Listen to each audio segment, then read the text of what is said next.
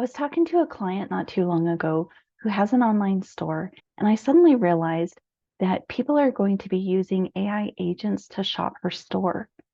And I wondered, what if something goes wrong? What happens if the AI buys the wrong scented soap or buys 10 bottles of perfume instead of one? And we realized that there's nothing in her current policies for her website or her business that would help her handle that scenario. So we're going to talk a little bit about basic website policies today from the standpoint of a small business owner. I am not a lawyer. This is not legal advice. This discussion is only for us as small business owners to understand some of the questions that maybe we should be asking our legal professionals. Hi, I'm Appy from iCodeHappy. I'm a website and data advisor, and my goal is to help you as a small business owner have a website that works for you and for your business. Welcome back to Website School. This is our 6th video. We started out talking about how websites are changing with AI, and we've been through some of the other basics of websites and how they're changing and how they're staying the same. So now we're going to do the same thing with website policies. And like I said, I'm not a lawyer. This is not legal advice. What I do want to encourage you is to get the legal assistance you need for your business. There are some things with website policies that haven't changed. It's still likely that most websites need a privacy policy. Privacy policies, they help people understand how you use their data when they come to your website. I'm sure you've clicked on or seen a bunch in your time as you use various websites. Usually we put links to those kinds of things in the footer of a website, and people know that they can scroll down and they can get the policy and they can see how a business is going to use their data. And they have some form of control over how a business can use that data. And the laws about the responsibilities of the business and the rights of the person over their data continue to change. And that is something that needs to stay updated to keep your website healthy. The laws are continuing to change in the various states. And so that is something to continue to stay on top of. I do have a favorite source, and I have a blog post about it. I'll put a link in the notes, and you can check that out if you're interested. Another policy that's related to privacy policies, but maybe a little less common, is the cookie policy. If you collect any kind of analytics or website data for people who are coming to your website, you may be using cookies to do that, and you may need to be letting people know and letting them have the option of whether they want to be tracked in that way. So a cookie policy is something that is good to check and see if that's a requirement for your site, depending on your business, where you're located, where your visitors are located, that kind of thing. I'm going to list off some other policies that may or may not be useful to you, but they're fairly common for a lot of businesses. If they're not something you have already, then it might be a good idea to check with your legal counsel, whatever that looks like for you, and see if it's something that might be a good idea for your business. Another one of the types of policies is terms of service. It's pretty simple. How are people allowed to use your website? And you can decide that in a document and then post that on your site.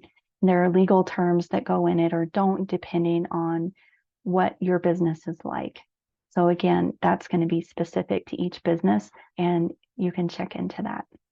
The next couple types of policies are pretty specific.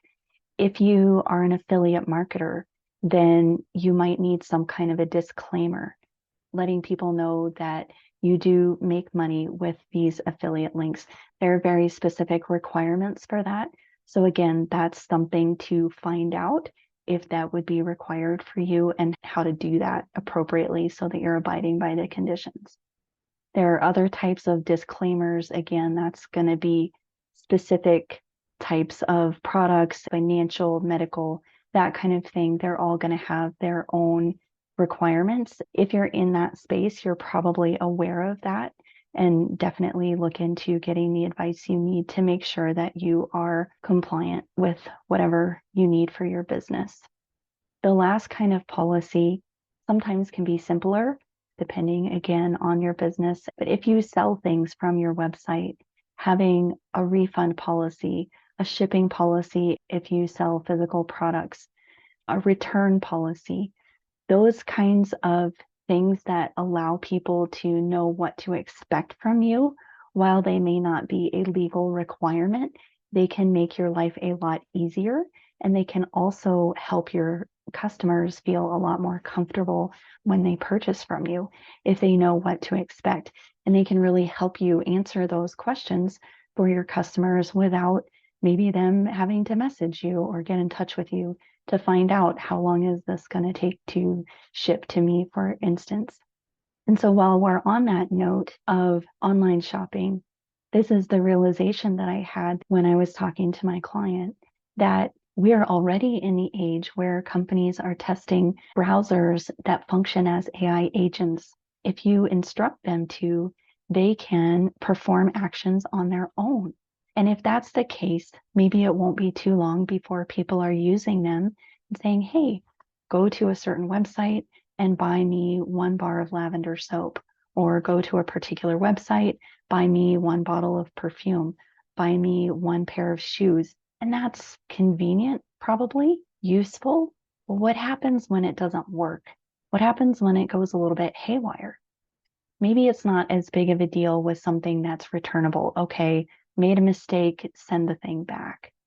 But what if it's not? What if the AI ordered 30 pounds of hamburger and it gets sent to you and it's the wrong thing?